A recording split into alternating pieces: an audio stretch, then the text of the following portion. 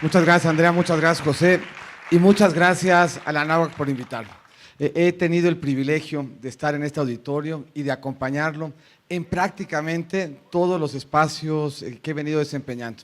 Me ha tocado estar cerca del desarrollo de la Anáhuac por mucho tiempo, de conocer sus programas de liderazgo y de saber y constatar lo que esta comunidad universitaria es capaz de hacer y comprometer. Me siento muy honrado que me hayan invitado y estoy muy contento de estar hoy con ustedes.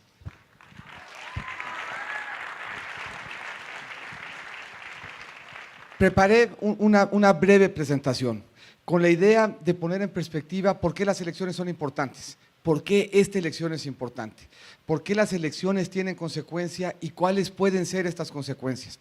Aquí vamos a ver la historia del mundo en literalmente un par de minutos en los últimos 100 años. Parados en 1910, hace poco más de 100 años, en el mundo se vivía poco y se vivía mal. La edad promedio en el mundo en 1910 era 34 años. Eso quiere decir que todos ustedes pues ya estarían a la mitad del camino, algunos un poquito más adelante y yo no estaría acompañándolos el día de hoy, cosa que sería, por lo menos para mí, profundamente lamentable. El ingreso per cápita promedio, $2,000 al año, dólares por cierto, de 2015. Y en términos generales, un mundo muy concentrado en esa región. Había algunas excepciones, había algunos países que ya entonces vivían un poco mejor en términos de edad y en términos de ingreso, pero el grueso del mundo vivía en esta condición. Y vamos a ver qué es lo que pasó de entonces para acá, y vamos a ver si podemos de ahí inferir algunas lecciones que sean valiosas en esta elección. Ahí se ve el primer sentón que se da el mundo en la Primera Guerra Mundial. El tamaño del circulito refleja la importancia de la población de los diferentes países. Se vio la Segunda Guerra Mundial, el desarrollo estabilizador, cómo China y la India no solamente no avanzaban, sino que incluso retrocedían respecto a cómo estaban en 1910. Se ve la crisis de 82, la de 94, ahí va México caminando y nos paramos en el 2018. Y un poco lo interesante de esta evolución es darnos cuenta que lo que veíamos en el 2000, en 1910, este mundo concentrado en esta esquina, hoy es muy diferente. Hoy vemos un mundo muy disperso. Vemos algunos países que viven mucho tiempo y muy bien. Y vemos algunos países que siguen viviendo como se vivía en 1910. Eso quiere decir que el solo paso del tiempo no garantiza que vayamos evolucionando. Eso quiere decir que hay países que han venido escogiendo y forjando su propio destino y que se han venido moviendo en la dirección de ofrecerle a sus ciudadanos un mejor horizonte de vida y un mejor horizonte de ingresos. Y la pregunta relevante es ¿qué hicieron? ¿Podemos aprender del mundo o la historia de cada país es tan particular que no hay ninguna lección que podamos inferir? Y lo que yo planteo es que sí podemos aprender del mundo cuáles fueron las decisiones que llevaron a que en algunos casos el resultado después de 100 años haya sido uno en donde los ciudadanos vivan mejor y en algunos casos ha implicado que se siga viviendo como se vivía hace 100 años. Y eso es de lo que se trata esta elección. En estos diálogos que ustedes aquí han fomentado, lo que habría que ver es qué de lo que proponen los candidatos coincide con lo que aquí estamos viendo. Qué de lo que se plantea en la agenda nos ayuda a que nos movamos en la dirección de más ingresos y más esperanza de vida y qué no. Y se ven claramente algunos elementos que son importantes en un programa de gobierno y algunos elementos que son relevantes para entender por qué a algunos países les fue bien y otros no. Un primer elemento que se aprecia de esa gráfica, los países que viven mejor y más tiempo tienen un mejor Estado de Derecho. Si medimos el Estado de Derecho y su calidad, nos damos cuenta que mientras menor la calidad del Estado de Derecho, los países viven poco y siguen viviendo mal. Si la calidad de derecho es mayor, vemos que los países viven más tiempo y generan mayor ingreso para sus ciudadanos. Entonces, el Estado de Derecho cuenta. Y cuando oigamos decir que queremos fortalecer el Estado de Derecho es relevante. Ahora la pregunta es, ¿qué quiere decir Estado de Derecho? ¿Cómo lo fortalecemos? ¿Qué de lo que estamos haciendo abona a un mejor Estado de Derecho y qué no? Y podemos ir viendo los diferentes elementos que integran ese Estado de Derecho y darnos cuenta de nuevo de que sí podemos aprender de lo que ha pasado en el mundo. ¿Qué brinca de inmediato? Los países que tienen más inseguridad tienen un menor nivel de desarrollo. Los países que son capaces de garantizar para sus ciudadanos integridad personal y patrimonial les va muchísimo mejor. Los países que logran un desarrollo incluyente, que logran mayores espacios de igualdad y menores espacios de pobreza, tienen un mejor desempeño. Eso quiere decir que una buena política social, que empodere, que una política social que habilite a los ciudadanos a construirse un mejor destino redunda en un mejor contexto en el país. Vemos también que los países que le apuestan a la educación, medida de diferentes formas, les va mejor. Y tiene mucho sentido. La educación al final del día nos prepara para vivir, nos prepara para hacer frente a situaciones difíciles, analizarlas y poder tomar mejores decisiones. Y eso es cierto desde la primaria hasta la educación superior. Y eso es cierto una vez que dejamos la educación superior y nos acercamos a los retos de la educación continua. Pero sin ninguna ambigüedad, una apuesta por la educación redunda en un país al que le va mejor. Ahí también se aprecia algo que es muy importante. Un país que genera mejores condiciones de participación para las mujeres le va mejor. Tener inclusión productiva en beneficio de las mujeres no solamente es un tema de igualdad, no solo es un tema de cuidado, es un tema que tiene que ver con las posibilidades que tiene el país para crecer. Todas las políticas públicas que aseguren un piso parejo, que permitan una mayor inclusión laboral de la mujer, redunda en un país que tiene un mejor destino. Y algo que pareciera muy obvio, un país que construye un mejor entorno para hacer negocios, un país que ayuda a que se pueda emprender, un país que da certeza a quien está arriesgando su capital, un país que motiva y que incentiva a los que están generando empleo, construyen a la postre un mejor destino para cada uno de sus habitantes. Algo muy importante y que pareciera medio abstracto y que le toque en responsabilidad a los secretarios de Hacienda, cuidar que los países tengan un buen crédito en el mundo, que los países generen confianza por el manejo de sus finanzas públicas. Mientras mayor sea el nivel de confianza que los países generen, mayor el nivel de desarrollo, mejor el entorno para invertir, para arriesgar, para generar empleo, para generar oportunidades de crecimiento. Y un elemento que cada vez es más importante y que cada vez aparece en el debate público, el cuidado del medio ambiente. Un país que tiene una matriz de generación energética más limpia, un país que recicla, un país que tiene bordos para el manejo de sus desechos, un país que cuando trata el agua la convierte en electricidad, tiene un mucho mejor nivel de desarrollo. Esto es, los últimos 100 años sí nos ofrecen lecciones y sí nos ayudan a ver cuáles son las preguntas pertinentes en la elección. Si lo que estamos proponiendo abona en favor de un mejor Estado de Derecho, apunta a mejorar las condiciones de seguridad, le apuesta a la educación, ayuda a una mayor participación de las mujeres, construye un mejor entorno de negocios, mantiene el cuidado de las finanzas públicas y le apuesta al medio ambiente, todo eso en su conjunto le va a ayudar a que el país le vaya bien. Pero aquí el punto de esta explicación, el punto de este análisis, el punto de esta reflexión de 100 años es que no hay nada automático, que los países les va bien si de manera sistemática van implementando una buena política pública. Y si los países implementan una mala política pública, no hay nada en el paso del tiempo que les vaya a ayudar por sí mismo a que les vaya mejor. Las elecciones, en consecuencia, tienen impacto. Las elecciones implican para el país, sí, una definición de su destino. Y las preguntas que tenemos que hacer se apuntan de lo que hemos visto sucede en el mundo en los últimos años. Abundo sobre 3 temas y me pongo a sus órdenes para las preguntas. Un tema importante, un tema relevante, un tema toral que se aprecia ahí como fundamental si queremos construir buenas condiciones en términos de desarrollo, es la seguridad pública. Ahí vamos a ver pobreza y vamos a ver los retos que tenemos por delante. Este es México en 1997. Podemos ver cómo se veía la violencia en el país y en cada uno de los estados. Mientras mayor la intensidad de azul, mayor el nivel de inseguridad medida como homicidios por cada 100,000 habitantes. Nos fijamos en 1997, los retos de seguridad, sobre todo concentrados en el sur, algo de inseguridad en el noroeste, y era la época después de la insurrección zapatista, teníamos grandes problemas de conflictividad que aún no habíamos resuelto. Y vamos a ver qué pasa del 97 al 2011, y nos vamos a fijar que hay 2 momentos. Un buen arranque de ciclo, del 2000 al 2005, un buen entorno de seguridad, y del 2006 al 2011, un deterioro muy relevante en materia de inseguridad, al tiempo que empieza a avanzar también la disponibilidad de armas con cargo a lo que se producía en Estados Unidos. De nuevo recordamos 97 y apreciamos que el mapa de violencia en México es distinto. La violencia hoy está concentrada, o en el 2011, en el norte y en Guerrero. En términos generales, el sur-sureste gozaba de un buen entorno de seguridad y los retos fundamentales se encontraban en la franja norte del país y en Guerrero. En términos generales, un acceso importante a armas. Vamos a ver dos momentos adicionales, del 2011 al 2017, y de nuevo vamos a ver dos cambios. Primero una recuperación importante hasta el 2015 y luego un deterioro relevante en el 2016 y 2017. Y nos vamos de nuevo a fijar que el mapa de la violencia es diferente entre el 11 y el 17. En el 11 concentrada en el norte y en el 17 se nos mueve hacia el Pacífico con Guerrero permanentemente en problemas.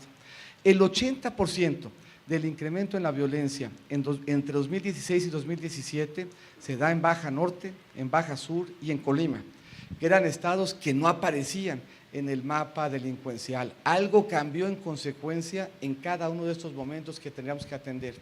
Y cuando ve uno el mapa, llama la atención a veces por lo que aparece y a veces por lo que no aparece. Por ejemplo, en un deterioro que vemos en el norte, llama la atención Coahuila. Algo hizo bien Coahuila en estos años, en donde el deterioro que se ve en Nuevo León, en Tamaulipas, especialmente en Chihuahua y en Baja Norte, no se observa en Coahuila. Eso implica que hay lecciones que aprender de cómo va evolucionando la actividad delincuencial y hay acciones que aprender de la política pública que siguieron los diferentes estados. Tres lecciones fundamentales que se desprenden de este mapa y que nos llevan a pensar qué tenemos que hacer distinto. Lo primero que tenemos que concluir es que lo que estamos haciendo no está funcionando. Vemos del 97 para acá, con independencia de cómo se mueva la violencia en el país, que la violencia sigue estando permanentemente presente y que por lo tanto la estrategia que hemos seguido no ha sido suficiente para poderle garantizar al ciudadano su propia seguridad. ¿Qué pasó en los últimos años? La delincuencia organizada cambió su forma de operar, cambió su escala de operación. Teníamos una delincuencia organizada concentrada en el tráfico de drogas. Hoy tenemos una delincuencia organizada que trafica drogas, personas, armas, que está metida en secuestro, en extorsión, en robo de automóviles, en robo de casa-habitación, que está metida en el robo del huachicoleo y que tiene una escala y un despliegue de operación mucho más nacional que el que tenía hace algunos años, con fuentes de ingreso mucho más diversificados y con una presencia territorial mucho más extensa que la que teníamos en el pasado.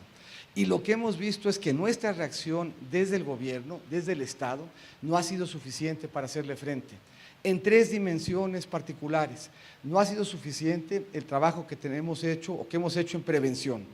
Y hay ejemplos de prevención que sí funcionó, ejemplos de prevención en Juárez, ejemplos de prevención en Tijuana, en donde todo el gobierno y los gobiernos se volcaron para rescatar el tejido social y los espacios comunitarios. Ese esfuerzo y esa escala de prevención es la que tendríamos que tener de manera permanente y constante para que la prevención sea útil y sistemática. Y eso va desde espacios públicos y parques hasta iluminación, alumbrado, deporte, cultura, y tiene que ser una práctica cotidiana que hagamos en coordinación todos los gobiernos, todos los niveles de gobierno, todas las secretarías en los niveles de gobierno y sector privado y sector social. ¿En qué más nos quedamos cortos? En la disuasión. No solamente es importante prevenir, sino disuadir. Y ahí entra el transporte público, entran las cámaras, entran las policías, a quienes tenemos que dignificar y apoyar, en donde necesitamos un mayor número, mejor pagadas y mejor capacitadas, en donde requerimos muchos mayores espacios de inteligencia para evitar que entren las armas y que llegue el dinero a manos de la delincuencia organizada. Pero el principal elemento en donde nos quedamos cortos en esta estrategia de 3 puntos es en el tema de la impunidad. En México lo que nos pasa es que no hemos sido capaces de generar de manera consistente consecuencias para el que viola la ley. En México solamente 3 de cada 100 delitos que se denuncian se resuelven. Eso quiere decir que no le podemos dar la garantía al ciudadano de que cuando denuncie un delito, este va a ser investigado y el culpable castigado. Si no somos capaces de acabar con la impunidad, no vamos a ser capaces de recuperar nuestra paz y nuestra tranquilidad. Por lo que la estrategia tiene que descansar sí en prevención, sí en disuasión, pero con un elemento muy importante que nos permita asegurar que vamos a investigar y que la investigación va a tener consecuencias. ¿Por qué es tan difícil investigar? ¿Dónde está el cambio y el brinco que tendríamos que dar para lograr un mejor resultado? Está, a mi juicio, en que en México la delincuencia tiene una presencia nacional y la forma de enfrentarla se va dando estado por estado. Cada estado define los delitos de manera diferente y por lo tanto el diálogo entre policías y el diálogo entre ministerios públicos se da acotado a la geografía de cada estado. Y definimos el homicidio diferente en el tipo y en el castigo en la Ciudad de México y en el Estado de México. Definimos el robo a casa habitación y lo castigamos diferente en Nayarit que en Jalisco. No definimos la extorsión como delito en Nuevo León y en Tamaulipas. Si nosotros logramos en los delitos que generan violencia hablar el mismo lenguaje, vamos a poder generar mucha mejor escala en la investigación y poder asegurar en consecuencia que cada vez que se viole la ley y se denuncie, habrá una investigación y habrá castigo. Si fortalecemos esos tres elementos, habremos sin duda de recuperar paz y tranquilidad. El siguiente gran tema que tenemos en México es el de la pobreza, en donde de nuevo, como en seguridad, la respuesta que hemos tenido frente a la pobreza ha sido insuficiente. Y como la seguridad tiene que ver con Estado de Derecho, tiene que ver con acceso a los derechos. Aquí platicamos del tema de desarrollo social, lo platicamos con ustedes en ánimo de hacer equipo e hicimos un diagnóstico parecido y nos dimos cuenta de que la profunda desigualdad en México requería un despliegue de todos los niveles de gobierno y de todos los sectores, trabajando para que cada uno en lo individual pudiera accesar sus derechos. Y esta desigualdad se exhibe en México de diferentes maneras. Siguen habiendo 14 millones de mexicanos que viven en una casa que se calienta con leña. Siguen habiendo 20 millones de mexicanos que no tienen acceso a la salud. Siguen habiendo 25 millones de mexicanos que no tienen suficiencia alimentaria.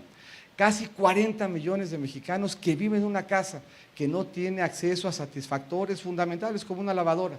Y 43 millones de mexicanos que debiendo de terminar la preparatoria no la terminan.